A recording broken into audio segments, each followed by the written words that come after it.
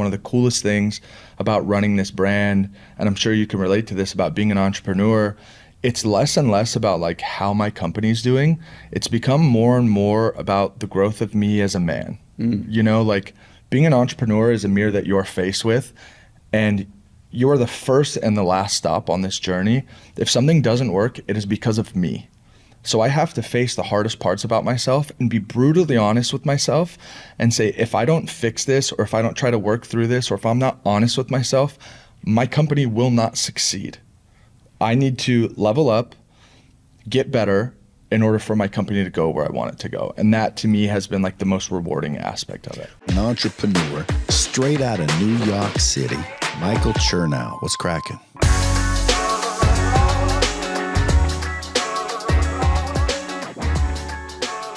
I want to like kick something off here for anybody listening. We're two sober guys.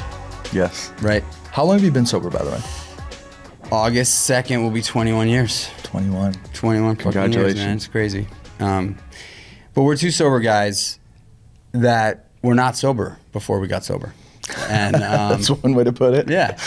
And probably not living our best lives. Definitely not.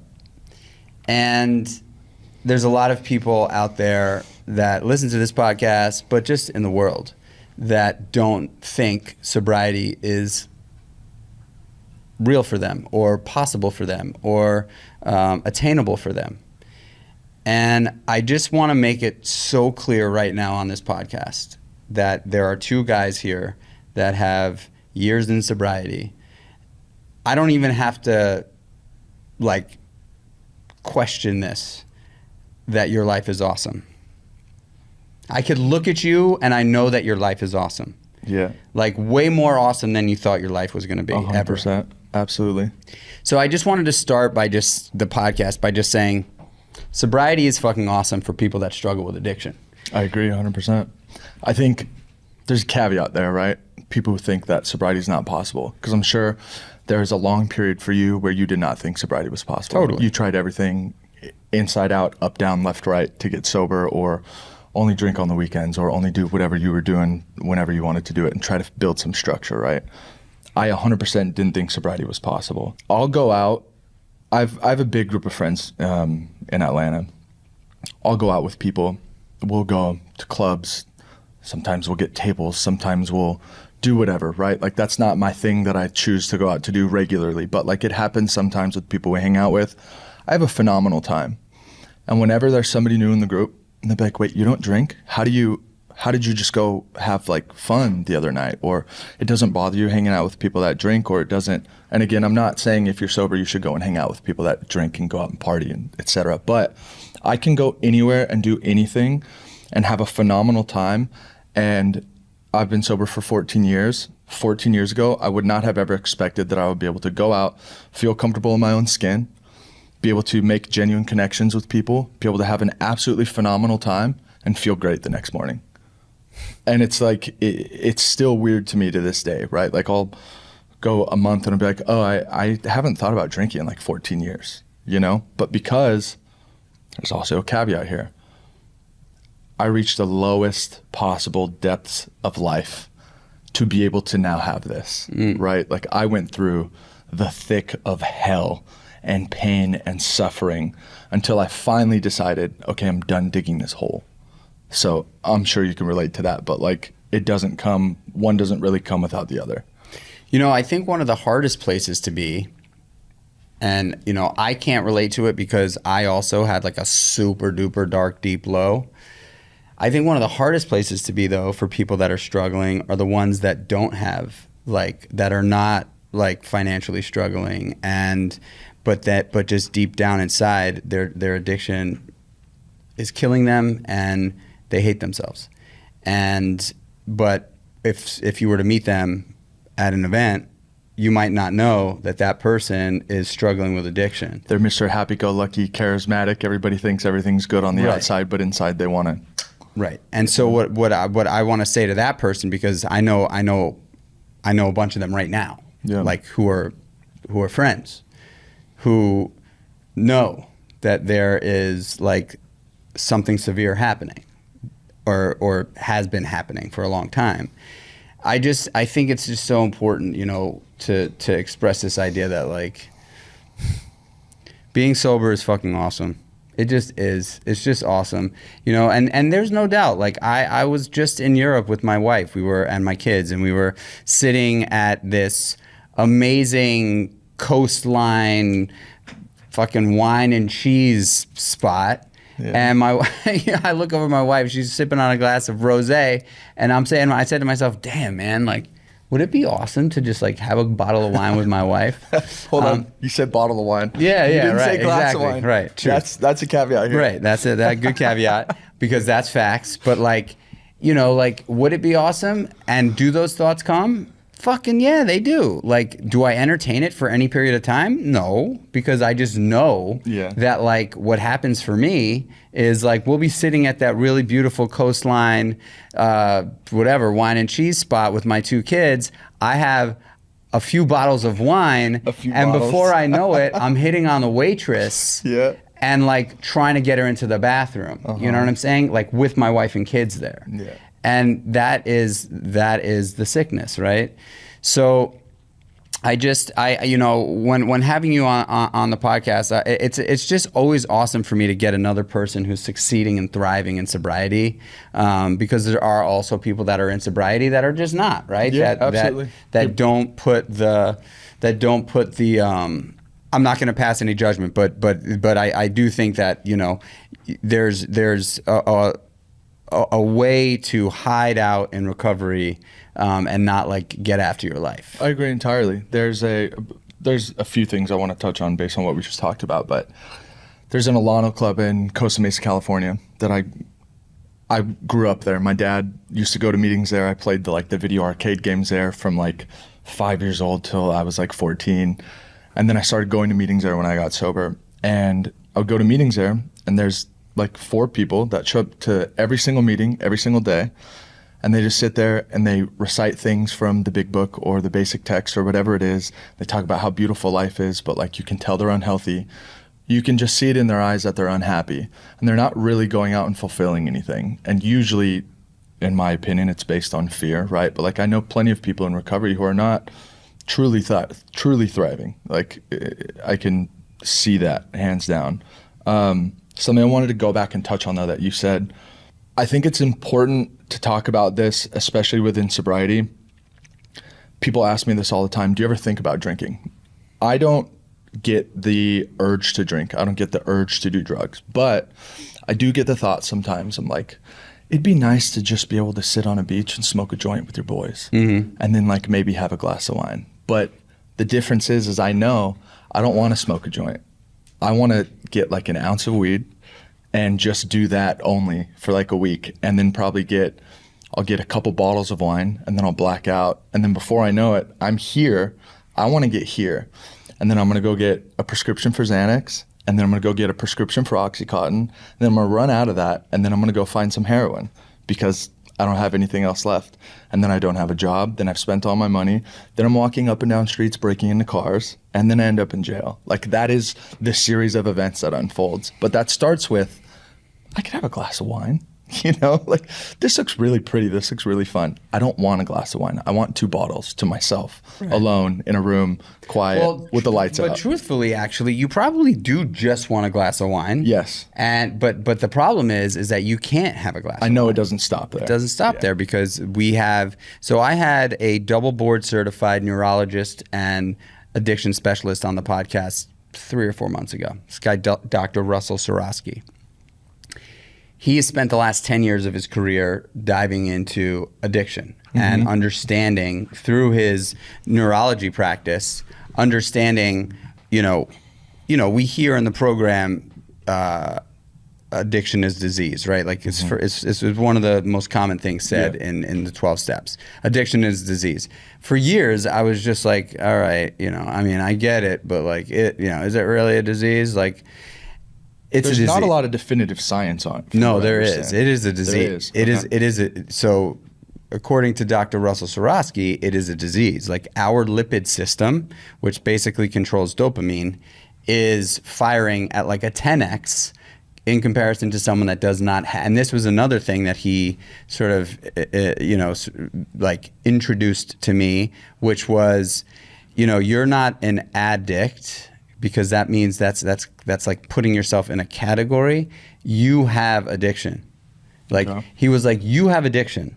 Like people with cancer don't say, I am cancer.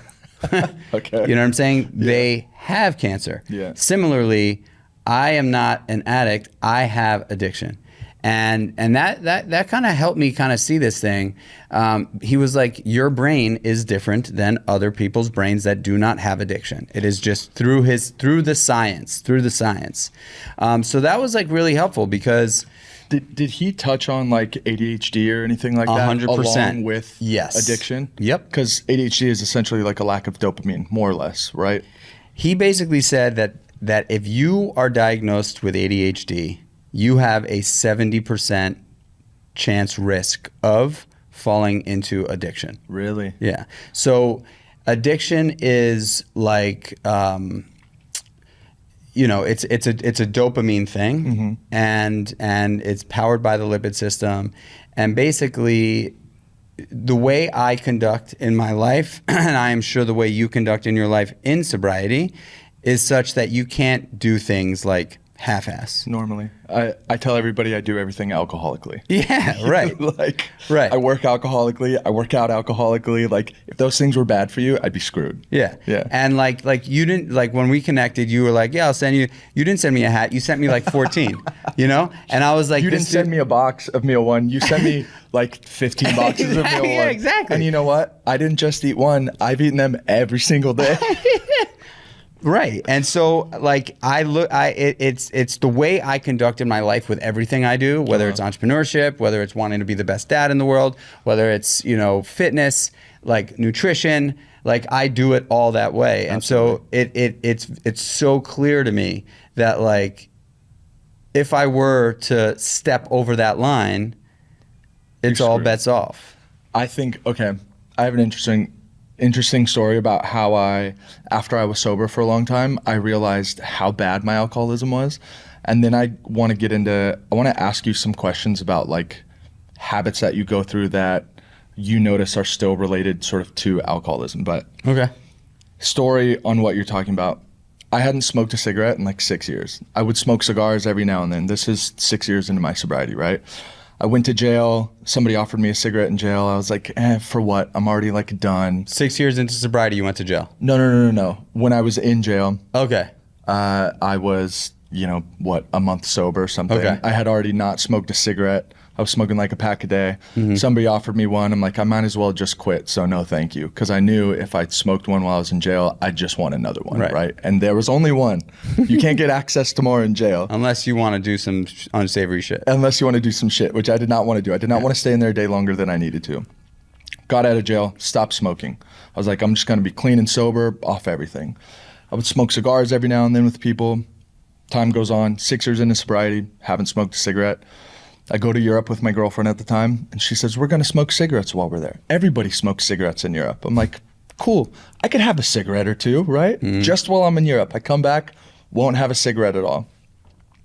First night we're there, smoking a cigarette. I'm like, hey, let me get another one. Smoking another cigarette. We're smoking a cigarette, going back to our Airbnb. We're sharing a cigarette, and she goes, I'm going to go upstairs. I'm like, cool, I'm just going to finish this cigarette. I didn't want her to see like how addict focused I was. So I didn't ask her for another one. She went upstairs. You bummed. I'm Googling on my phone how to ask people in French for a cigarette. So I'm walking around the block of our Airbnb looking at Google Translate, and I think it's like avec une cigarette or something. And people are like, what the fuck's wrong with this guy?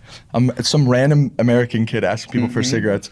I smoke another cigarette. She's like, where were you? I was like, I went and got another cigarette. She goes, are you fucking homeless? What's wrong with you? But it's the thought process, right? Since that day, I have been addicted in some way, shape, or form to nicotine. Like I'm still... Yeah, me too. Zen.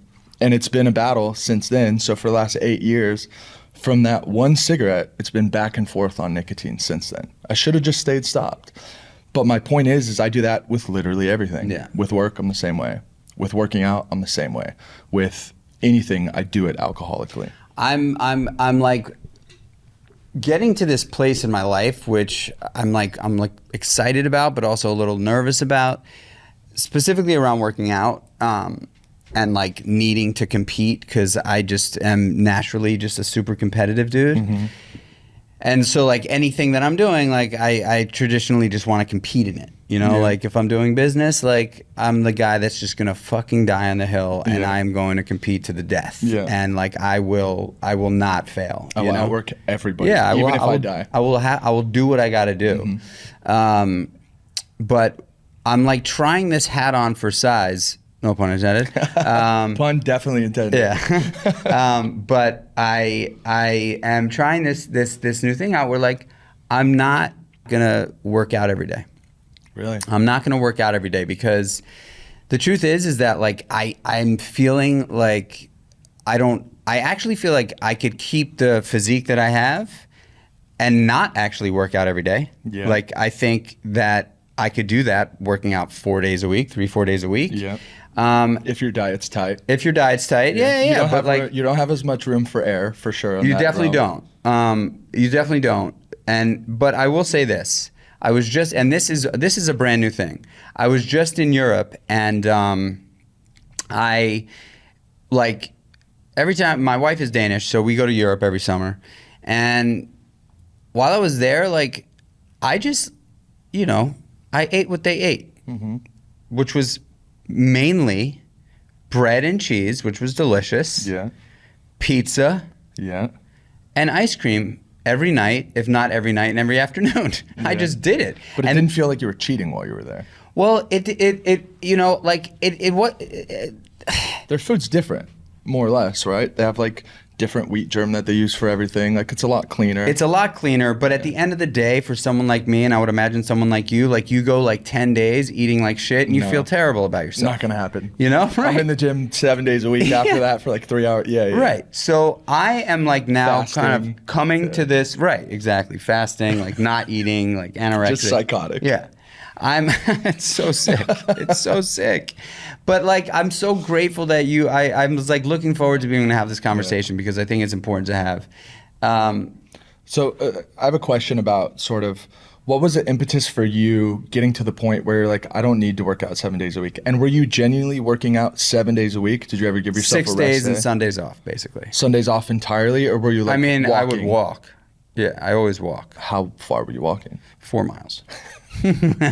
So you weren't going on a casual walk? No, but you were walking for an hour and a half. Yeah, basically. Getting your heart rate almost in zone 2. Yeah, you're basically running. But like not sweating. To you, it's light. Yeah. But to like the average human being, like you walked 4 miles. What are you talking about? Right. So your rest day was even alcoholic. Yeah, I mean, I wish I just didn't have that. I really do. I wish that I didn't have that, because I also know that like at a certain point, I mean, it sounds kind of weird for me to say, but the fact is, dude, I'm going to be 45 in a month. Yeah. You know? Like I am.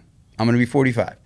And I conduct and train and live my life like you're 25? Like I'm 25. Yeah. And I'm grateful for that. But I also am starting to feel a little bit of that. The fatigue. Yeah. The recovery isn't as good. Like I want to be able, like when my older son is 10 and he loves football, and I love football. And I want to, like at like 7 o'clock at night when he's like, yo dad, let's go out and play football and we'll run some routes. I want to be like, yeah, dude, like let's run routes. Yeah. Like I want to do that. And there are days where I'm just like I'm just like, oh man, I'm tired, dude, And so I just think that I'm just coming to this place where like I really do believe that I can regulate better. Everything is better in moderation, even in moderation. Yeah. Or even moderation, whatever the saying is. So what was the impetus for you then? Like what was the series of events in your life that led you to sort of this realization? Because I went through something similar, right? Like I went through a heavy breakup probably 2.5 years ago, and I went full psychotic with my workouts. I would go on a run fasted first thing in the morning, and then sometimes I'd just come back to the crib, drink some electrolytes, and then I'd go lift, and then I'd eat like a small meal, and then I'd go play pickleball for like 2.5 hours, and then just eat a huge meal at the end of the night, and then do it all over again, like 6 days a week. And I got to the point where I was like, I can't, this is not healthy. It's not healthy. Right? It feels healthy. Everybody from the outside is like, oh, you look amazing. And I'm like, yeah, I feel great. And little did I know I'm running off of adrenaline. And It's like, not healthy. Running off adrenaline and like hurt feelings, more or less, right? But I finally got to a point in probably the last 6 months where it's like, if I can only get into the gym 4 days a week, I'm okay with that. As long as I get my full body split in and I have like a day of cardio, it's gotten less hard on the days when I'm not working out, where I'm like, okay, I can be gentle on myself. I'm not a piece of shit because I didn't work out. I'm not going to gain 10 pounds overnight. You know, I'm not going to be a lazy bum. Like it's okay for me to have these days and just like not go so hard on it. So I'm curious what the series of events for you was, because I'm sure there's a lot of people listening who probably deal with the same thing, and they might not be addicts, but they're addicted to workouts or whatever it is, right? Or their diet or whatever it is. And I think it's important to realize like you don't have to go so hard. So like, what was the Yeah, like, I mean, it was moment? it was a bit of a string of things. It was so I hosted this men's retreat on June 19th. Sounds like it was pretty powerful for you. It was it's ground shaking, man. It was amazing. So hosted this men's retreat, no working out. Was it a sobriety men's retreat or just No. like guys? It was just 30 guys. 30 guys on my property. Very, very intentionally. The only workout we did was a 4-mile ruck. That was it, the whole 4 days. And I felt really good. I felt really good. And then right after that 4-day retreat, I had a few days at home. I worked out a little bit, but I'm like kind of battling a few injuries, so I didn't go so hard. And then we went to Europe, and in Europe I did like very light jogging, like 2 or 3 miles, every other day. And I didn't do any lifting. And like my body was like feeling good, and I felt like I looked good, and I just had more energy. Yeah. And so Probably I'm now a lot less inflammation in your body. A lot too. less inflammation. Your Like body's like, my "Thank you for the barometer break." is this. Like, can I take my wedding band on and off my finger, right? Okay. And like, honestly, I know this sounds ridiculous, but like probably 7 months out of the year I can't. Really? Because of the inflammation in my body, because of how hard I go just in life, right? Yeah. Like work, family, Yeah. business, and so it just kind of like it's given me an opportunity to just like sit and say, all right, dude, like let's look at what it's for. Like, what are you training so hard for? Like, why do you feel the need to train so hard? And really, if I'm being honest and transparent, it's for other people. Yeah. It's for other people. Aesthetics. Like, I want to look good. I want to look Aesthetics, good. And you want people to know I'm a fucking badass. Right. Yeah. Now, one thing can that I relate. will say is this, and anybody who kind of doesn't or denies the fact, like if they work out a lot, that they really give a shit about what they look like is probably lying to you, Yeah, right? Like it's 100%. and I don't think there's anything wrong with that. I actually think it's great. Like you want to put in the work to look your best, go for it. I support that. I believe that. But when it gets to a point where it has for me on and off throughout my sort of training journey, like I don't feel good if I don't do it, that's just an unhealthy place to be. I agree. It just is an unhealthy place to be. So the impetus was the men's retreat leading into like a few injuries that I'm sort of negotiating right now, and then going to Europe and like being like a normal person. And I'm just kind of like in that place where I feel like I'm just gonna try it on and just see what it feels like and see if I can. Because yeah, man, it for what I look like is important to me. It just is, it's important I to feel me. like to most people it is, and it's the first thing somebody sees, and it's going to determine if like somebody that you don't know has a level of respect for you too, more or less, right? Yeah, Whether like when you people walk want to into, admit it or not. when you know? walk into a room and you're in great shape, it says this person's disciplined. Absolutely. It just does. You know what I'm Says saying? they do hard shit. Yeah. I want to ask you about some habits. I want to ask you about because I know how important my morning routine is, and my morning routine has gone through a number of different iterations and versions, long, short, But do you have a morning routine? I do have a morning routine. I'm very disciplined about it. Okay, let's hear it. So for me, I think it's interesting, right? A lot of people look at business owners and they think, oh, he probably gets up at like 5 a.m. every morning and does this crazy routine. I went through a period in my life where I tried to do the get up at 4:45 in the morning thing, go on a walk first thing, then do my morning routine. I am not a morning person whatsoever. Like, mornings are no good for me. It's been that way my entire life. When I grew up, my mom was working at like a concert hall. My dad worked graveyard shifts at the hospital. So like, neither of my parents, when I stayed at either of their houses, were consistently morning people, right? Maybe it's nurture, maybe it's genetics, I don't know. I go to sleep very late, like 1, 2 in the morning. My brain turns on at 10 p.m. and I'm working, I'm creating, I'm doing something that's interesting to me. To me, that is the people who get up at 4 a.m. and nobody's bothering them from 10 to 2 a.m. Like, that's it for me. So I'll wake up, I don't know, 10 a.m. Every single morning, first thing I do, make a cup of coffee, black Americano, fill up a Stanley full of water with some Baja Gold sea salt. So I'm making sure that I'm getting my electrolytes and I'm getting remineralized. Sometimes I'll do the molecular hydrogen tablets, but like, these are non-negotiables for me first thing in the morning. I'll drink that whole thing of water, drink my coffee, sit down. When I first got sober, this is where I built my routine, right? Because I was told, if you don't spend intentional time with God first thing in the morning, like, your day is not set up for success. And I knew that I needed to do every single thing possible to ensure my potential to stay sober, because if I didn't, I was going to die or end up in jail. So that was the most important thing for me, spending time with God. And that came in a lot of different forms. I started reading like sobriety, daily meditation books, right? That has transformed over the years. Those felt repetitive to me. Now I read a daily meditation book out of from 3 different books. One of them is Adult Children of Alcoholics, because I've been going through a lot of therapy, a lot of like trying to become the best version of myself to prepare myself for fatherhood and becoming the best husband that I could possibly be, and like working through a lot of this past trauma shit that I have from my childhood that I know continues to show up for me in relationships. I don't remember what the series of events was, but my brain, like my life and God pointed me to Adult Children of Alcoholics. So I read a morning page out of that every day, and that hits me right in between the eyes sometimes. I'm like, oh, no wonder I do X, Y, Z. Let's work on this. Another book that I read of daily meditation is The Language of Letting Go by Melody Beattie. Phenomenal book on codependency. That book will hit me right in between the eyes. And then a new book that I've added into this is Robert Greene's The Daily Laws. I wanted to read the 48 Laws of Power. I picked it up and I was like, this is a textbook. I'm not going to spend the time to sit down and read this 500-page book. Too extensive. So I bought his Daily Laws book. It kind of touches on some of his concepts. The dude's a little crazy, and some of the stuff feels a little bit manipulative. So like, I take it with a grain of salt, but there's some good business advice in there, etc. Once I do that, finish reading those 3 pages, I'm usually done with my coffee. I sit down and I read my goals for the year. So at the beginning of every year, I'll sit down and I'll write down my goals for whatever I want to be this year in a structured format. So like personal, health, business, family, and then like fun, right? So I have 5 categories.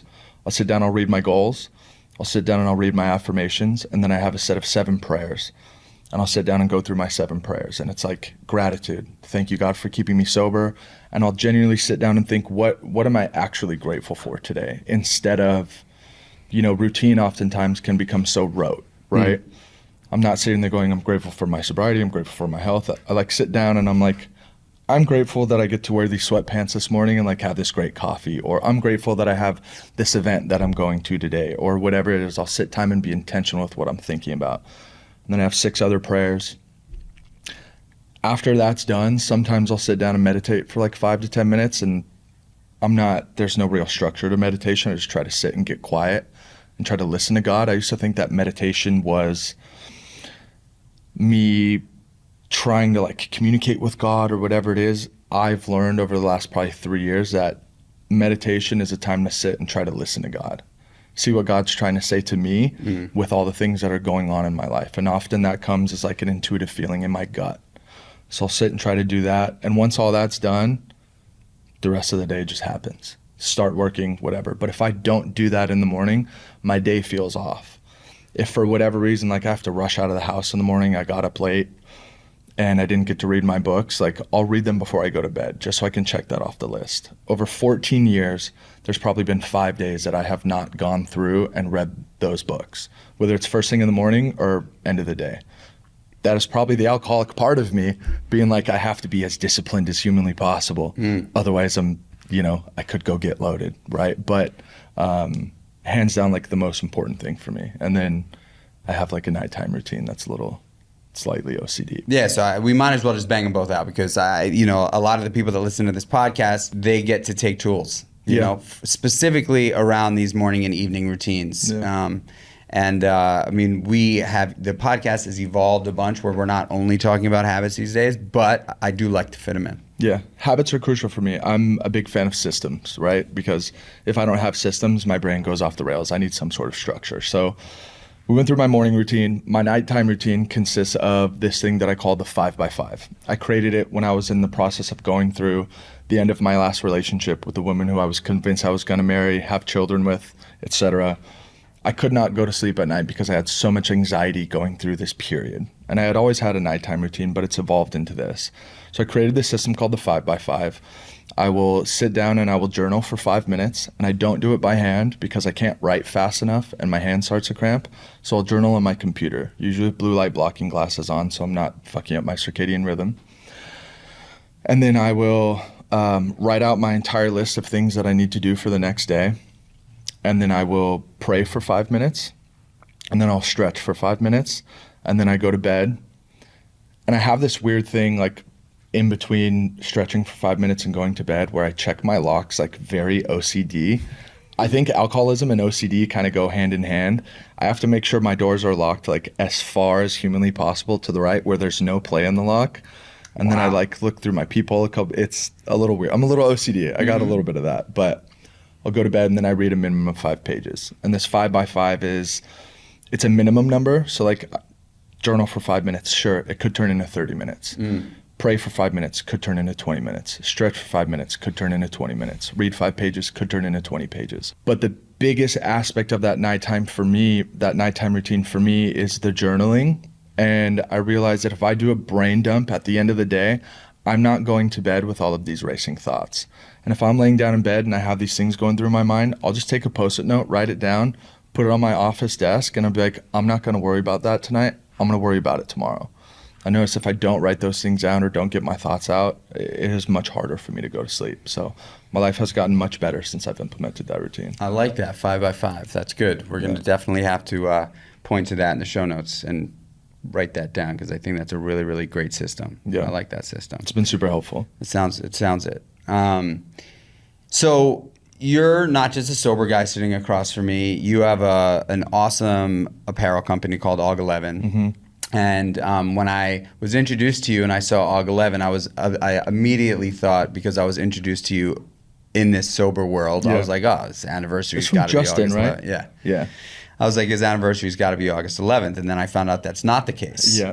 A lot of people think that. Yeah. I found this out this week. I'm like, oh, that makes sense. Really? A lot of people think it's my sobriety date. I thought it was your sobriety date. Yeah. Because my sobriety date's in August too. I was like, oh, another August dude.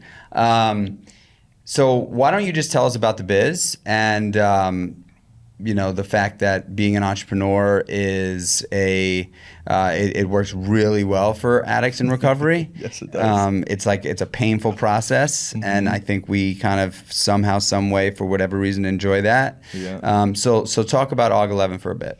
We like to revel in the pain as alcoholics, so being an entrepreneur is very much right up our alley. So August 11th is my little sister's birthday. I was sitting in jail at the age of 20. I went to court and they offered me 6 years in prison and a strike on my record. And I got on the phone when I got back to my cell. I said, Mom, you don't understand what they're trying to do to me. They want to offer me 6 years in prison, strike on my record. If you're not familiar with the strike system, once you get 3 strikes, you go to prison for life. So the fact that I was going to be 30% of the way there, like, kind of shook something within me. But I don't think I was genuinely ready to get sober yet at that point. I call my mom. I say, Mom, you got to get me a lawyer. She goes, you got to be fucking kidding me. After everything you just put us through for the last 4 years, talk to your little sister. My little sister's 7 years old. My mom and stepdad are going through a nasty divorce. Her big brother, who's supposed to be like her protector in my mind, is gone in jail. She doesn't know what's going on. My little sister gets on the phone and she says, in the cutest, like, just the sweetest, most heartbreaking voice you could think of, she says, so does this mean you're not going to live with me anymore? I fucking lost it, man. Like, I started crying like I had never cried before. I went back to my bunk and I realized, like, okay, this is the moment where now I have a choice. I'm ready to do something different. I'm either going to go down this route and end up like all these guys who I'm in jail with right now, who've been in and out of here for the last 5, 10, 15 years, or I have an opportunity to go this way. I've seen where this route's getting me, like, let's make a choice. And I decided right then and there, that's going to be it for me. And I haven't been sober since that day. I took like a sleeping pill while I was in jail to help me get through withdrawals, whatever. So my sobriety date's December 19th, 2010. But to me, I've wanted to own an apparel brand since I was a kid. I grew up in industrial Costa Mesa next to Hurley, Volcom, Acme Skateboards, who made the skateboards for like Habitat, Alien Workshop. Like, I grew up in that whole world. And I just always thought it'd be cool to own an apparel company, you know? And I thought that was the only way that I could have tattoos and own a Rolex. You know, like growing up in Newport Beach, it was all successful guys that were like in business suits, and that was the only way you could get a Rolex. And I was like, but I want to have tattoos. So I guess I got to start a company. At an early age, that was ingrained into me. I don't know where I came up with that, but I love it. It works. It works. So, yeah, I've always wanted to own an apparel company. And, you know, I had been in the fashion space for about 10 years. And went through breakup, owned a blockchain technology company, did really well in that. That whole company went to shit, took a year break, and then finally everything clicked where it was like, Aug11 is going to be the thing that I kind of die on, you know, something that I could pass on to my children. And to be able to have my sister's name and like birthday stamped onto that to something that is so meaningful to me is kind of one of the coolest things in the world. It's definitely brought my sister and I closer to each other. And yeah, we make hats, quality hats that fit perfect guaranteed. It has been an absolute grind. There's a lot of things that I don't enjoy about it a lot, but there's so many things that I absolutely love about it. And one of the coolest things about running this brand, and I'm sure you can relate to this, about being an entrepreneur, it's less and less about like how my company's doing. It's become more and more about the growth of me as a man. You know, like being an entrepreneur is a mirror that you're faced with, and you're the first and the last stop on this journey. If something doesn't work, it is because of me. So I have to face the hardest parts about myself and be brutally honest with myself and say, if I don't fix this, or if I don't try to work through this, or if I'm not honest with myself, my company will not succeed. I need to level up, get better in order for my company to go where I want it to go. And that to me has been like the most rewarding aspect of it. What do you hate about being an entrepreneur? Or not, maybe hate's a little strong, but like, what do you dislike about it? Admin, all like the non-fun stuff. You know, people get to see like the drops that sell out. People get to see Aaron Judge wearing the hats, Dom Dalla on stage at Coachella, Drew Holiday. Like, yeah, that's all fun and dandy. Like, I love being able to design a collection, but like, I have to break down my finances and forecast out. I have to continue to work with my manufacturer to try to get terms so that we can be more cash flow positive. Like, the planning out of all the boring admin stuff that nobody sees is like my least favorite thing. I'm currently working on duplicating myself to have somebody else do that who's far better at that than I am. I feel like I've done a pretty good job so far, but I know if I don't bring on like a CFO and like a director of operations soon, I'm going to hit a wall, and I don't want to be a bottleneck. I want to give us as much room to grow as humanly possible. I was listening to this really amazing podcast that you should listen to. It's on Chris Williamson's show with Dan Martell. And Dan Martell is his whole entire world is about delegating everything, like everything, right? And I remember speaking to a really, really successful CEO. I don't know where I was. It was this year, but I had asked him, I was like, so like in your mind, like what does a CEO do? And he was like, in an ideal world, think. And I was like, that makes a lot of sense. Yeah. In an ideal world. Yeah. You know, but I think really like the role of CEO, you know, I also think that there is actually a real delineation between like a founder and a CEO, right? A lot of like you see founder CEO is kind of like it's like one word these days, like founder CEO. Yeah. Fact is, you know, being a founder and being a CEO is a different skill set. It Absolutely. just is, you know, and I think in a lot of cases, the founder falls into the CEO role when they launch the company. But like, are you really a CEO, or are you like someone who had the balls to like bring a company to fruition, right? Are you just somebody crazy enough to take on all that fucking risk and figure it out no matter what? Doesn't necessarily mean you're an effective CEO, but like you kind of figured it out. When the meatball or not actually the meatball shop, when Seymour's, my second restaurant concept, got to a place where we were like at a healthy like 8-figure business, and there were almost 400 employees, and I was like, were you still CEO at that point? Yeah. Okay. And I was like, this is not my role. Mm-hmm. Like, I'm not this person. Yeah. And I need to get right with that. Like, I need to be okay with that. It's a hard thing to let go of too. It is. And especially if you want to get to scale. Like, if you can recognize that, I feel like that's a very strong skill set to have, is to recognize when you're a bottleneck and be able to let go of that. Well, I mean, it was one of the most challenging things I ever did, but like, I brought in a guy who ultimately invested heavily into the business, but I was like, dude, you've got to take the CEO role. And what happened after you let go of the CEO role? I think I was still young in my career, and so I made it way harder on myself than it had to be. Okay. Because I was like, I think I beat myself up for not being able to fulfill the role as well as it needed to be fulfilled, but it was just the facts, right? Like, I just did not have the experience to lead a 400-person company, and that was just the facts. Like, it hurts my ego even to say it now, but it's just the truth. Was it you that came up with the idea that you needed to step out, or was it kind of the company as a whole that are like, hey, have you ever thought about hiring on a CEO? No, it was actually, so what happened was I launched Seymour's, and I had this business mentor, this guy who was running this company called Le Pain Quotidien, which is a massive company. Yeah, so massive business. He was the president of the company. He had opened, That's he was a hell of a mentor to have if you're hell of a mentor. Yeah, and he had single-handedly, not single-handedly. Let me reframe that. He was in charge of opening up well over 1,000 stores throughout the course of his career. Okay. 15 years older than me. He was a guy that I had been sort of bouncing things off of from the meatball shop days. And he came to opening night at Seymour's. And he was the first real guy that I talked to about Seymour's a year prior to opening. But I gave him the back of a napkin plan. And I said, this is what I'm going to do. And it's going to look like this. It's going to feel like this. This is exactly what it's going to be. This is the menu, blah, blah, blah.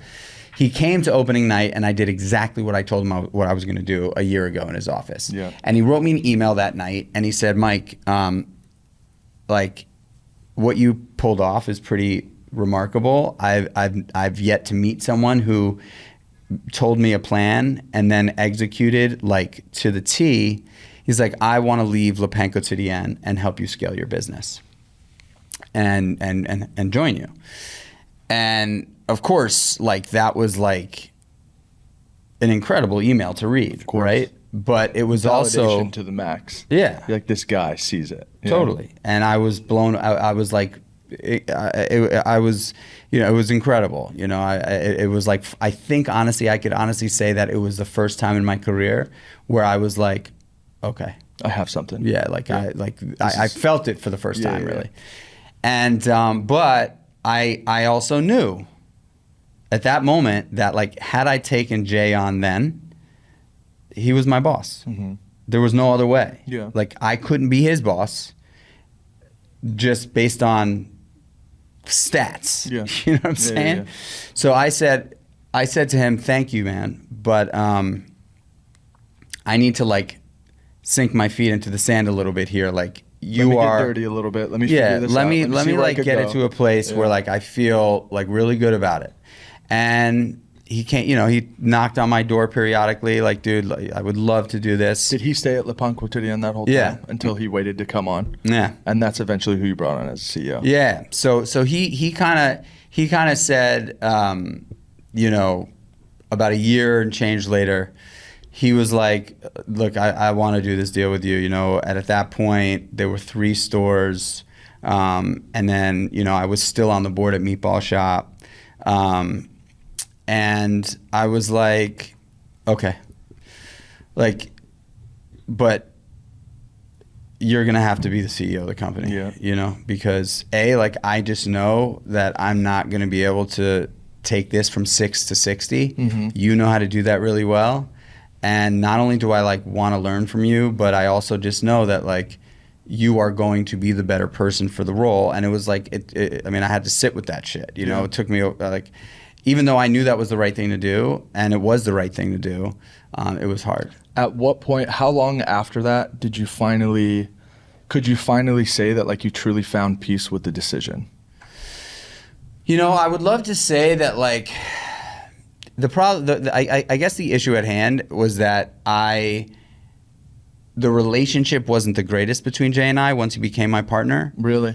Because I am less, I just had never envisioned myself running a company that was strictly built on systems and processes and SOPs out the ass. Every step was an SOP. Everything needed to be documented. Yeah. And it's because I spent years working in restaurants prior to my opening my first business at 28, where it was one of the most successful restaurants still probably in Lower Manhattan. Just banks cash. Yeah. Staff's been there, there are people that are still working there from when I was working there in 2008. And it was run based on vibes. Vibes, dude. Vibes. Vibes and how I feel that day. Yeah, it was just how much coffee did I have to drink? I made the schedule for the bar. Yeah. You know what I mean? It was just Does it still run like that, you think? Yeah. Oh yeah. So there's ways to be able to scale a company running that way. Well, I think for Frank, the guy who I worked for, he wasn't I want to have 100 restaurants. He's yo man, I want to be in Italy 6 months out of the year, and I want to have trusted people at the restaurants that are going to do the right thing, and I'm going to let them give away drinks, because he was he's don't destroy me, but take care of people. Give away. You feel you want to buy somebody dessert, buy somebody dessert. I don't want to know about that. I don't want to have to approve you buying somebody a dessert or giving out a drink. Do it, but let's build a great thing together. I'm trusting you to do this. But if there's an SOP about it, that shit doesn't happen anymore. And then it's not the cool neighborhood spot where everyone wants to go and everybody knows each other. Exactly. It's not Cheers. So that's kind of what started to happen. Yeah. And I just had to, now that I had made the decision to do it, I had to live with that, right? And so it was not the easiest thing for me, but Jay, I love and respect Jay, and he's still running Seymour's and he's opening up stores, so, and by the way, both of the businesses that I founded before my exit are still around, right? Meatball Shop's still around. It's a great sign. It's a good sign, but. So, okay, let me ask you this then. How are you operating it differently now that, are you still operating as a CEO? Have you already hired somebody on as a CEO of it? How did that experience influence how you did this from beginning to end? Yeah, so it's a very, very different type of business because it's a much more lean and mean team. Yeah. I feel. And you're all direct to consumer, right? All direct to consumer on Amazon. I feel now that I could totally be. I'm very confident in my role as the CEO in the company because I have really strong people around me that understand the dynamic and actually really appreciate the founder-led piece. Mm-hmm. So they want me to be doing this. They want me to, the team is empowering me to be out there as much as possible and out in the world and not sitting behind a computer all day long, which unfortunately I still do, right? It's part of it. It's impossible not to. But I feel pretty confident in it. I think when Kreatures of Habit gets to that 40, 50 million in revenue, that the question I'll have to ask myself is am I the right person to be running this thing or not? Can I take it to 500? Right. Should I take the founder position then, where it's just the real pros are in there. And probably to a fault, I say the real pros, right? Technically, you are a real pro. I mean, I'm a pro, but I'm technically you're a real pro. You're kind of doing it, but I hear you. The people who've been doing this, who have scaled, who have exited, scaled, exited, scaled, exited. Yeah, or at least that have the like I just have never considered myself an executive. Yeah. You know what I'm saying? Like Yeah. I just don't feel like an executive. Yeah. I'm a leader. I love that role. I am a hype man. Yeah. I am a creative dude, and I get shit done. No matter what, I get it done. Like there's never been a moment where like no matter how scared I was, no matter how much fear there was, like how little money there was, like I have always, knock on wood, like I've gotten it fucking done. Yep. And that I think is my strongest skill set, and I would imagine probably your strongest skill set. And that's a great skill set to have as a CEO too. Because at the end of the day, whatever comes your way, like we'll fucking figure it out. We're gonna figure it out. no matter what. We're gonna figure it I out. might break my neck doing it, but we'll figure it out. Yeah, and I will deal with the insane level of stress that comes along with it. Yeah, 100%. You know, How long has Creatures of Habit been around? Creatures of Habit is going to celebrate 4 years. For clarity's sake, for the camera, I fucking love this product. I would never buy an overnight oats product ever. I never have. You sent me a box. I promise you I've been eating them every single fucking day. And once I run through them, I'm going to get on some sort of subscription if you have it. I don't even know. I haven't looked where to buy it yet, but like I will 100% be utilizing this as part of my daily routine. I It is appreciate it. phenomenal product. Thank you, like man. truly phenomenal product. Thank you, dude. Yeah, That means you've done a a lot. great job. I also similarly like love your fucking hats, and when you say like fit perfectly guaranteed, not playing a game. Like they Thank you, fit, sir. they fit perfectly, and I'm so pissed off because I drove my truck here. I parked it in Brooklyn, and I had my camo darling hat with me that I was Yeah. going to wear, and I totally fucking forgot the hat in my truck. At least you're wearing a New York Giants hat because we're in New York. At least you're not wearing some other fucking company's hat. Because that would have been a different story. But like a Giants hat, cool. Get away with it. No problem. So just real quick before we finish up, like what's next for Aug11? Like what could we expect? So we're moving into apparel. We're going to be launching our largest collection ever going into Black Friday. We're out here getting a bunch of samples done. That's part of the reason why we're out here. We're working on a collaboration with Christian Yelich currently, which we've been doing for the last 6 months, but we're finally kind of, everything's culminating. If you don't know who Christian Yelich is, he plays for the Milwaukee Brewers, legend out in Milwaukee. I'm also talking to Mazza right now about doing a collaboration with him. Cool. So might do something there. And then just scaling and growing and continuing to do what we do best, but we'll continue to grow into apparel. Got some really cool collaborations coming up. And we're launching in Culture Kings in August. Sick. So if you don't know, Culture Kings is a humongous retailer in the States. We'll be in their Las Vegas store and on their online store. So looking to build out our wholesale arm as And well. when did you launch Aug11? 19 months ago, November 1st of 2023. Awesome, man. Yeah. That's so cool. Thank you. If you are anyone who enjoys a good hat, you must check out Aug11. It is You must. yeah. Must. Aug11 is it's just, my boy Justin put me onto it, and like hats are hard, similar to t-shirts. Hats are fucking hard. And when you find one that works, you just stick with it, right? One note on this, right? If you start an apparel brand or you start anything, you think you have to start with one product and then expand out into a lot of products quickly. Focus on one thing that you do really well and fucking dial that in as much as you can, run as lean as possible for as long as you can, and make sure that product is truly phenomenal. I believe that if we didn't want to go into apparel, I could build a 9-figure business just based on hats. I don't know if I could do it alone, but I think it exists and I think it is possible. I'm expanding into apparel because I love apparel and I want to make shit that I would want to wear, but like what you're doing, you've nailed one product extremely, extremely well. I don't think that you need to expand into a bunch of different product lines. I don't think it's absolutely necessary. I love the idea of like perfecting one thing, and I feel like we are in the process of truly perfecting the hat, and it is so fucking enjoyable to me. I need one of those. One of these? That's a good I got one. you. They're coming out in September. That's a good I'll send one. you a box. That's a good one. Yeah. Dude, thank you so much for being here. Thank you for having me, man. I appreciate it. Ladies and gents, boys and girls, people of all ages, shapes, sizes, demographics. That was a super fun podcast. I love on the Creatures of Habit podcast getting to sit down with another successful, sober entrepreneur. You guys know my story. It is, I'm not sitting here today without my sobriety And a massive part and mission of Creatures of Habit is raising awareness for substance abuse prevention. We've raised a lot of money over the last few years for substance abuse prevention, taking people that are struggling, that don't have the means to get into treatment. We pay for their treatment, and it's been an incredible journey. So it's near and dear to my heart, and I love being able to share the stories of other successful entrepreneurs that also happen to be sober. So if you're sober, congratulations. If you're struggling, just know that there is a solution, and the two people that you just listened to are living, breathing examples of that. There is a solution. You do not need to suffer ever again, and that's just a fact. And it's a day at a time thing. I've built a life way beyond anything that I could have ever imagined. Johnny built a life way beyond anything he could have ever imagined. And it's all because we chose a different path.